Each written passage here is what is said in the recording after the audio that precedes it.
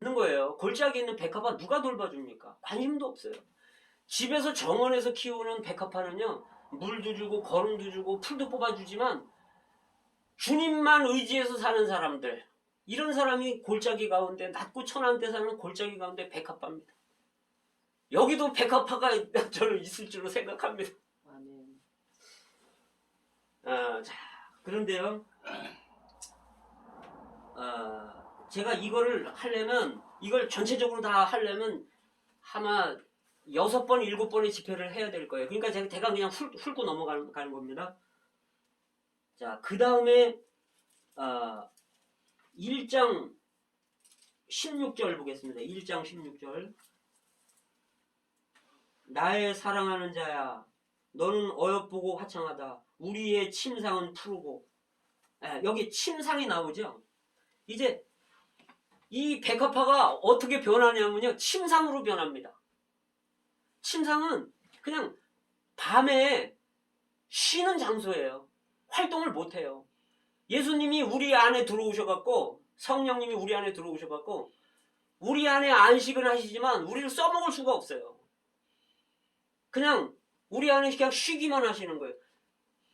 침상이 뭐 어떻게 합니까? 뭐 예수님이 또 침상을 들고 다닐 수도 없잖아요. 그냥 그래도 주님은 이런 침상만 해도 주님은 많이 변화시킨 거예요.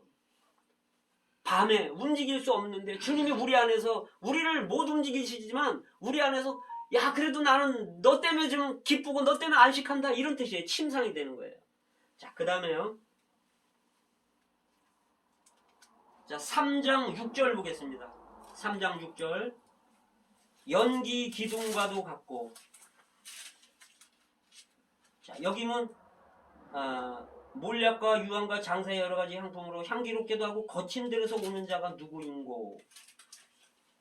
이게 거친 들에서 올라오는 게 뭐냐면 이 자아에서 올라오는 걸 말해주는 거예요. 십자가를 통해서. 그런데 이 사람이 누구냐 하면 연기 기둥과도 같다는 거예요. 연기 기둥. 그 연기 기둥은 뭐냐면요, 주님은 어떤 분이세요? 하나님은 불기둥이고 구름 기둥이에요. 그래서 우리를 보호하는 기둥이에요. 근데 하나님이 우리를 기둥으로 보신다는 거예요. 근데 이 기둥은요, 아주 연기 기둥이니까 아주 부드러워. 근데 하나님이 이제 우리가 그리스도 안에서 세월을 보내다 보니까 이제 기둥이 됐다는 거예요. 하나님이 야, 넌 그래도 교회의 기둥이다. 그런데 연기 기둥이라는 거죠. 부드러운 연기 기둥인데 뭐냐면 이 연기는요, 뭔가 태울 때 나오는 거잖아요. 우리 안에 세상, 죄, 이런 뭐 우리 안에 있는 더러운 것들 있잖아요. 거룩하지 않은 것들, 이런 거짓말하는 거, 우리 안에 습관들, 너무 안 좋은 것들이 있는데 주님이 우리 안에서 소멸하는 불로 거룩하지 않은 것들을 태운다는 거예요. 그러니까 우리가 타는 겁니다. 우리가 타니까 그래도 타지만 너무너무 좋은 거예요. 왜? 주님이 나를 우리를 기둥이라고 말하니까. 그래서 이 주님과 우리의 관계라는 거예요, 이게. 자, 그 다음에 이제 7절 보겠습니다. 그 밑에 절. 이는 누구이냐 그러면서 이는 솔로몬의 연이라. 이제 이 연기 기둥이 이제 연이 됩니다. 연이 뭔지 아시잖아요. 연은 1인승 가마인데 왕들이 타고 다니는 가마 있죠? 쫙 이렇게 그냥 커서 막 이 사람들이 메고 다니잖아요. 근데 이 연이 어떻게 생겼냐면요, 10절에 보세요. 10절. 자, 같이 읽겠습니다. 그 기둥은 은이요 바닥은 금이요 자리는 자색담이라. 그 안에는 예루살렘 여자들의 사랑이 입혔구나. 여기 이 연이 어떻게 생겼냐 하면 안에 사랑으로 가득, 여자들의 사랑으로 가득 찬 거예요. 우리가 주님을 사랑하지 않습니까? 이 연이 그런 겁니다. 1인승 가마인데 기둥은 은이라는 거예요. 은은 그리스도의 구속을 말하는 겁니다. 그 다음에 바닥은 금이라는 거예요. 이거는 하나님의 본성을 말하는 거예요.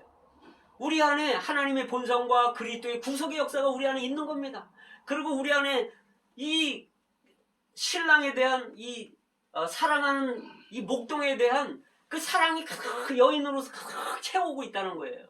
그래서 이 연이 이제 주님이 움직이실 때 연이 움직이는 거예요. 이때는요, 침상은 들고 다닐 수가 없는 거지만, 잠자는 거지만, 연은요, 왕이 가고 싶은데 가는 거예요. 이제 우리를 타고 내가 말씀 전하러 가고 싶다 이러면 예 이러고 이 여인이 같이 가는 거예요. 내가 누구를 신방하고 싶다 그럼 예 그러면 나를 가마를 타지, 나를 가마로 이용해서 타고 가시는 겁니다. 그래서 말씀도 전하고 신방도 하고 누구를 양육도 하고 밥도 사주고 뭐 여러 가지 많은 것을 하는 게 왕이 나를 연으로 타고 다닌다는 의미입니다. 그 다음에요,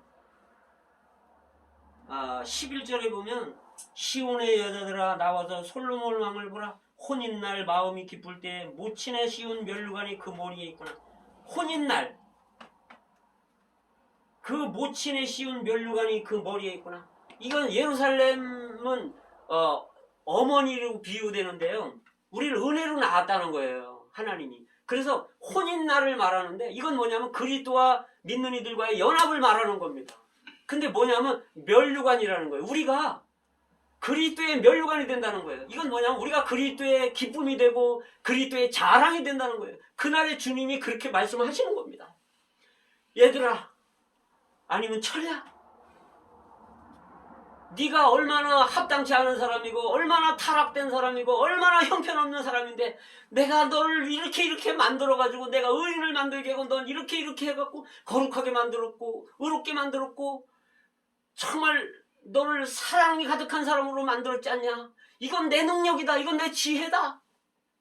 이게 우리가요, 그분의 자랑과 그분의 기쁨이 된다는 거예요, 혼인날에. 자, 다음에 보겠습니다. 그 다음에는 뭐가 되냐면요, 12절 보겠습니다. 4장 12절. 나의 누이 나의 신부는 장근 동산이요 덮은 우물이요 봉한 샘이로구나. 네게서 나는 것은 석류와 각종 아름다운 과수와 고베라와 나도초와 나도와 보낭화와 창포와 개수와 각종 유향목과 몰약과 침향과 모든 귀한 향품이요 너는 동산의 샘이요 생수의 우물이요 레바논에서 흐르는 시내로구나. 북풍아 일어나라, 남풍아 오라. 나의 동산에 불어서 향기를 날리라. 여기까지. 이제는 뭐가 되냐면 이제 동산이 되는 겁니다. 동산은 뭐냐면 동산 안에 잠근 동산이라는 거예요. 잠겨 있다는 거예요. 동산이 잠겨 있어요. 우리는요, 하나님만을 위해서 잠겨 있는 사람들이 돼야 되는 거예요. 하나님의 누림만을 위해서 있어야 된다는 거죠. 그 주님이 우리 이 동산에 들어와서 딱 보면 뭐가 있냐면요, 꽃들이 만발할 뿐 아니라 각종 아름다운 향기로운 꽃들이 다 있는 거예요. 거기에 덮은 우물, 봉한샘이 있다는 거예요. 덮은 우물이 열려있으면 부정한 겁니다. 주님만이 마실 수 있도록 우린 덮어놔야 돼요. 그 다음에 봉한샘, 샘도 덮여 있어야 돼요. 근데 이게 시내가 된다는 거예요. 우리가 말 한번 입을 열어서 쏟아내면 폭포수 같은 시냇물이 쫙 흐르는 겁니다. 이게 왜? 동산이 됐기 때문에. 근데 덮어 있는 거예요. 다른 사람들을 위해서 하는 게 아닙니다. 주님만을 위해서. 주님이 시원하게 마실 수 있도록 우린 덮어놨다가 주님에게만 물을 내주는 겁니다. 다윗이 구약에 보면 어느 날 이제 왕이잖아요, 다윗 왕이. 그래갖고 베들레헴에 자기 고향에 그 시원한 우물을 그렇게 먹고 싶었어요. 그런데 누가 가서, 그때 블레셋이라는 그 이방 나라가 그 베들레헴을 차지하고 있었어요. 근데 그 물이 그렇게 먹고 싶은 거야. 이 다윗은 그리스도의 예표입니다. 그런데 누가 나를 위해서 적군을 뚫고 들어가서 저 베들레헴에 가서 우물을 갖고 오겠느냐? 그랬더니 새 용사들이 나왔죠. 그래갖고 가서 우물을 떠왔어요. 근데 다윗 왕이 뭐라냐면 야, 이건 내가 먹을 수가 없다. 이건 피값이다. 다윗 왕이 시원하게 물을 먹고 싶을 때 우리가 내어주는 용사들이 돼야 된다는 거지. 떠올 수 있는 용사들, 내줄 수 있는 용사들. 자, 그래서 우리는요, 이 동산 안에는 각종 과일, 향기 나는 이런 것들로 가득한 그리스도의 향기가요, 우리 안에서 코스모스 같은 향기, 다 그리스도의 그림자 아닙니까? 뭐 장미도 그렇고 모든 것들이, 백합도 그렇고 모든 꽃들이 다 그리스도께서 하나님이 만드신 거지 않습니까? 그래서 우리가 이런 것들처럼 우리도 향기를 내야 된다는 거예요.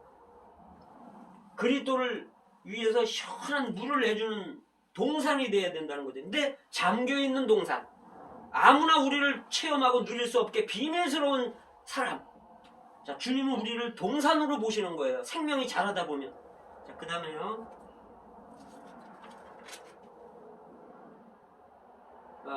6장 4절 보겠습니다. 6장 4절. 내 사랑아, 너의 어여쁨이 디르사 같고 너의 고음이 예루살렘 같고 어미함이 기치를 벌인 군대 같구나. 여기서 너의 어여쁨이, 우리를 보고 말씀하시는 거예요. 너의 어여쁨이 디르사 같고 너의 고음은 예루살렘 같다는 거예요. 이건 뭐냐면, 디르사는요 북이스라엘의 수도였고 예루살렘은 남유다의 수도였는데 여기는 왕들이 거하는 거예요. 이게 그리스도를 상징하는 거예요. 하나님의 백성들이기 때문에 이 왕은 그리스도를 상징하고, 이제는 우리가 하나의 하나님이 거하시는 처소가 된다는 거죠. 이제 하나의 도시가 되고 처소가 되고 이런 게 된다는 거예요. 이제 그 하나님이 보실 때 하나님은 우리 안에서 안식한다는 거예요. 예루살렘이 되고 디르사가 된다는 거죠. 자, 그 다음에 10절 보겠습니다. 아침 빛같이 뚜렷하고 달같이 아름답고 해같이 맑고 기치를 벌인 군대같이 어미한 여자가 누구인가? 여기 보면 아침 빛같이 뚜렷하고 달같이 아름답고 해같이 맑고, 이제는요 도시가 아니라 이제는 천체를 말하는 겁니다. 우리가 하늘에 속한 사람들이 된다는 거예요. 빌립보서 3장에서 뭐라고 얘기냐면, 우리의 시민권은 하늘에 있는지라. 우리의 시민권이 하늘에 있다는 거예요. 우리는 하늘의 백성들이라는 거예요. 그러니까 하늘에 속한 사람들이라는 거예요. 달도 되고 해도 되고 이렇게 비추는 거예요. 그러니까 아침빛같이 이제 뚜렷하다는 건 뭐냐면, 이제 캄캄한 상황에서 뭔가 빛이 해가 이렇게 뜨면서 쫙 비치잖아요. 우리가 그런 사람들이라는 거죠. 이렇게 생명이 자라면 그렇게 된다는 거예요. 그 다음에 달같이 아름답고, 이 어두운 밤에 우리가 그리스도의 빛을, 하나님의 빛을 쫙 비춘 빛의 자녀들로서 쫙 비춰내는 사람들이라는 거예요.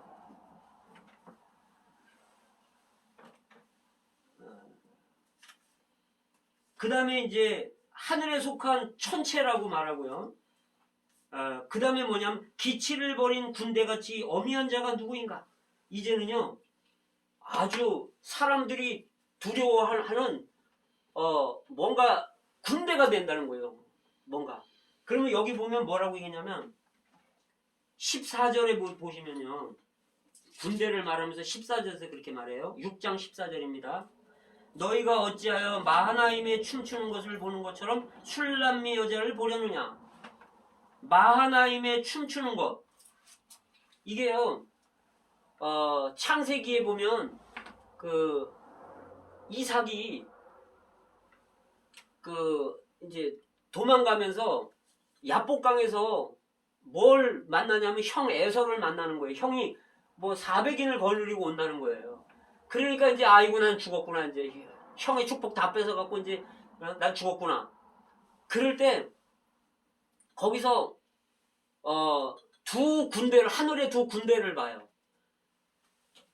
그걸 보면서 이 야곱이 뭘 어떻게 하냐면 자기의 떼를 두 떼로 나눠요. 뭐 양들이고 뭐고 두 떼로 나누고, 그러니까 자기 가족들 다 연약하잖아요. 뭐 아들들, 아내들 4명, 그거 양떼 소떼 그거 얼마나 연약해요. 그 군대겠습니까 그게? 그런데 하나님의 군대라는 거예요. 그게 야곱은 그래서 그거를 보고 하늘의 군대를 두 대를 보고 그렇게 나누는 거예요. 그렇게 할 때 야곱이 뭐라냐면 여긴 마하나임이다 이렇게 말한 거예요. 그래서 그 마하나임을 말하는 겁니다. 이게 하늘의 군대라는 거예요. 우리가 군대가 된다는 겁니다. 자, 그 다음에요. 제가 이제 7장에 와서 제가 어젯밤에 이 7장을 읽다가 눈물이 터져가지고 막 울었어요. 제가 막 그냥 너무너무 흐느껴가지고 7장 한번 보세요.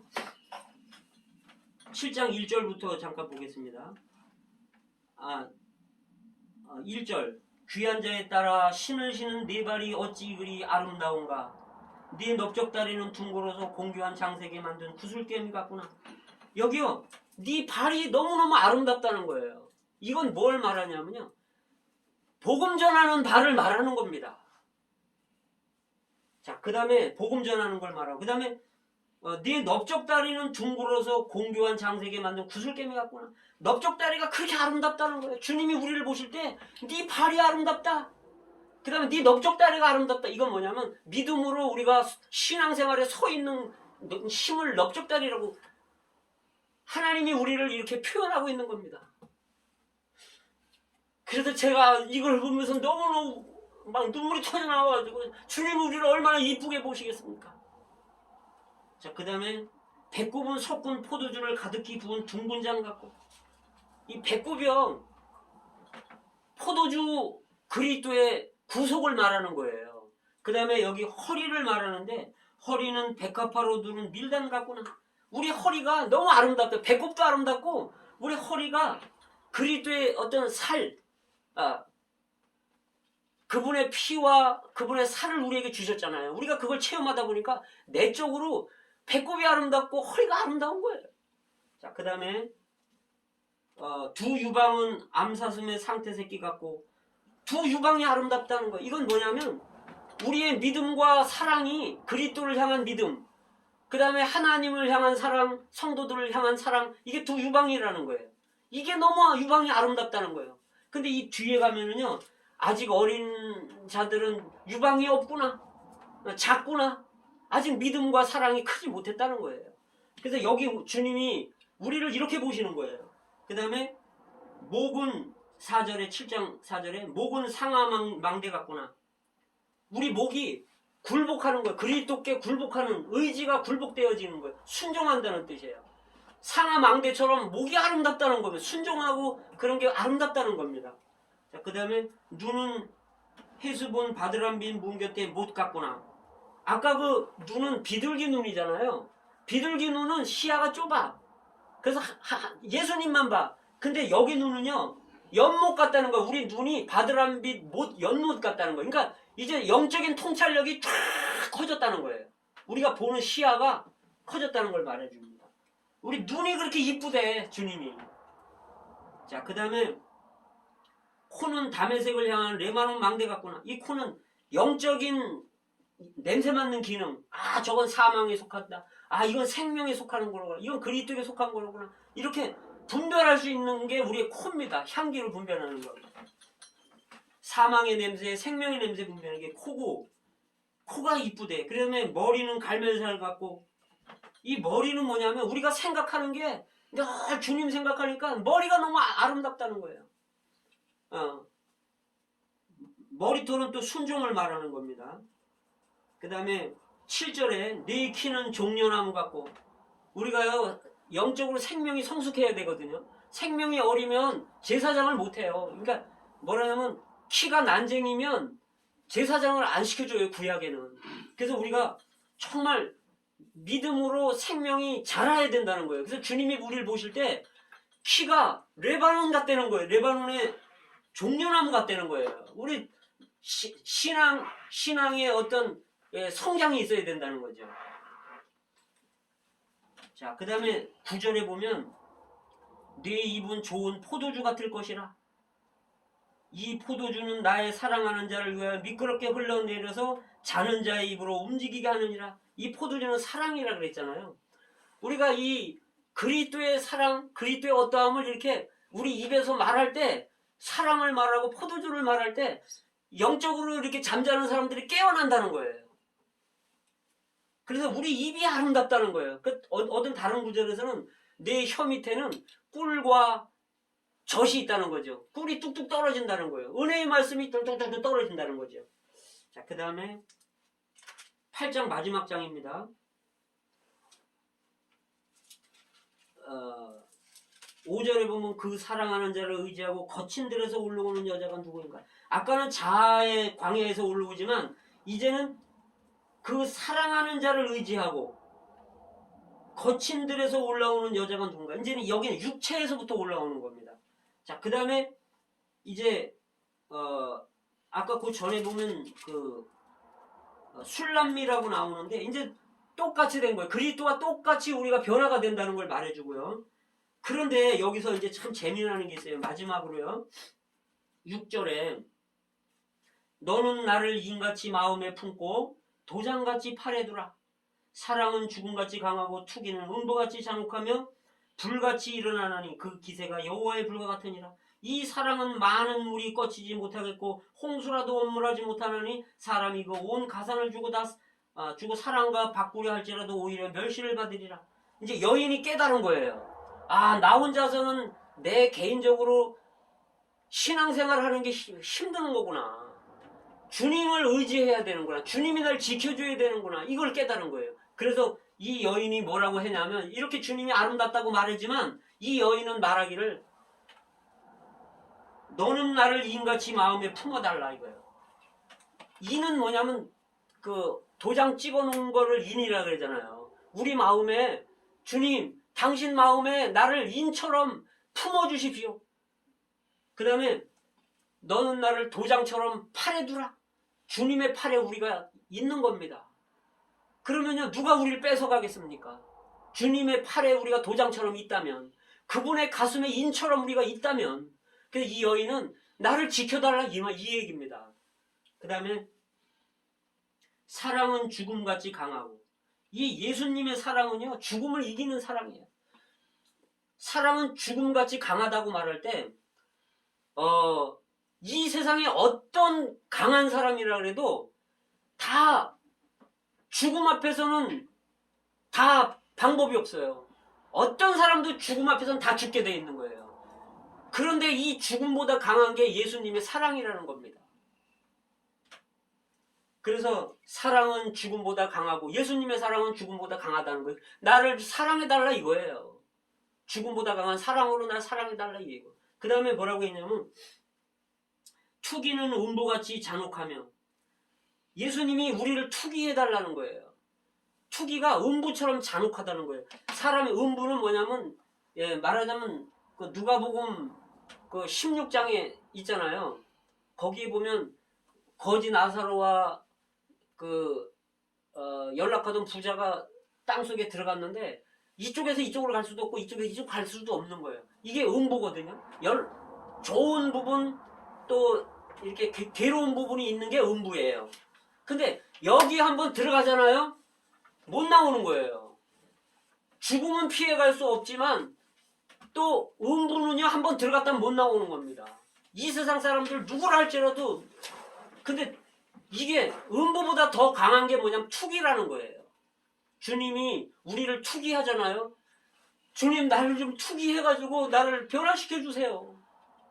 나를 왕 만들어 주세요. 나를 신부 만들어 주세요. 이 얘기거든요. 자, 그 다음에 사랑은 죽음같이 강하고 투기는 음부같이 잔혹하며 불같이 일어나느니 그 기세가 여호와의 불과 같으니라. 주님은요 다 태워버리는 분이에요. 주님 아닌 거 사랑하면 다 태웁니다. 자, 그 다음에 이 사랑은 많은 물이 꺼치지 못하겠고, 물 있잖아요, 물. 이건 뭐냐면 그리스도의 사랑이 있는데, 우리를 사랑하는 사랑이 있는데 핍박들, 고난들, 이런 작은 물들이 막 우리 사랑의 불에다가 확 꺾여있잖아요. 누가 우리를 핍박하고 누가 우리를 아주 힘들게 하고 막 그러잖아요. 그렇다 할지라도, 이런 작은 핍박들이 있다 할지라도 사랑은 이걸 이긴다는 거예요. 자, 그 다음에 이 사랑은 많은 물이 꺼치지 못했고 홍수라도 엄물 못하라니. 심지어 이 사랑은요, 그리스도께서 우리를 사랑하는 이 사랑은요, 홍수가 와갖고 밀어도 끄떡없다는 거예요. 그래서 나를 그렇게 지켜두고 사랑해달라는 겁니다. 이 여인이 그렇게 나 혼자서는 이 길을 갈 수 없습니다. 그래서 그 로마서에 그런 게 있죠. 이 그리스도의 사랑에서 우리를 끊을 수 없느니라. 사망이나 죽음이나 천사나 칼이나 기근이나 그 어떤 거라도 그리스도의 사랑에서 우리를 끊을 자가 없느니라. 이게 그 얘기를 사도 바울이 신약의 로마서에서 해석을 하는 겁니다. 자, 그래서 결론적으로 이 아가서는요, 영적인 깊이가 있고 정말 주님을 사랑하는 사람들은 이 단계들을 이 사랑의 시로서 이렇게 솔로몬이 써놨지만 이것이 여인과 그리스도와 그리스도의 연인에 관한 이런 비유로서 이렇게 구약에 써있지만 이걸 누가 깨닫겠습니까? 100번 철번 읽으면 이걸 깨닫겠습니까? 그런데 어쨌든 이걸 제가 읽으면서 어제 그냥 눈물이 쏟아져 그냥 엉엉엉엉 울었어요. 주님이 나를 이렇게 이쁘게 보시는구나. 그래서 어쨌든 우리가 이 길이 참 힘들고 어렵지만 우리가 정말 인내하고 참을 때 이제 왕이신 목자로 오셨던 분이 이제 우리를 맞으러 이제 왕복을 입고 오실 겁니다. 주님을 찬양합니다. 오늘 아가서를 소개했습니다.